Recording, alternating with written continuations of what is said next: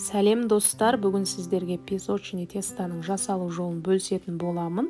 Бұл тестамен сіздер етті бәліш, самса, пирожки және де басқа да пирогтарды жасай берулеріңізге болады. Қамырын дайындау үшін бізге 450 грамм ұн және де 200 грамм морозильниктен шыққан салқын сары май қажет. Сары майымыз міндетті түрде салқын болу керек. Майымызды осы ұнға ауната отырып, дәл видеодағыдай теркадан өткізіп дайындап аламыз. Мінекей осылайша майымызды барлығын үгітіп теркадан өткізіп дайындап алдық. Енді осы ұн мен майды қолымызбен жақсылап біріктіріп араластырып аламыз.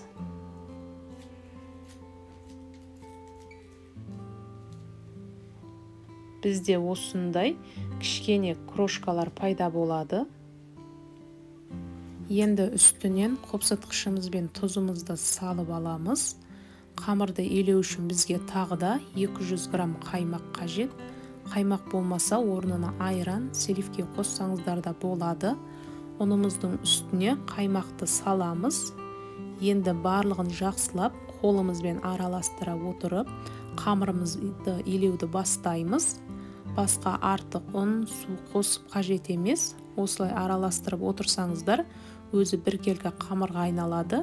Мінекей көріп тұрғандарыңыздай, осындай жұп-жұмсақ қамыр иленіп шығады. Енді осы қамырымызды пакетке салып, 20 минутқа, болмаса жарты сағатқа тоңазытқышқа қойып қоямыз.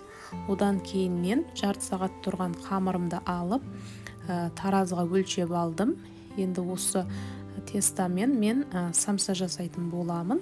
Өте жұмсақ, нәзік болып шығады.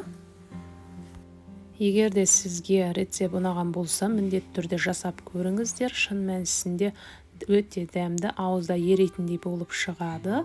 Видеоның соңына дейін көрген болсаңыз, келесі видеоларымды жоғалтып алмас үшін менің каналыма тіркеліп, лайк басып, комментарий жазуды ұмытпаңыздар.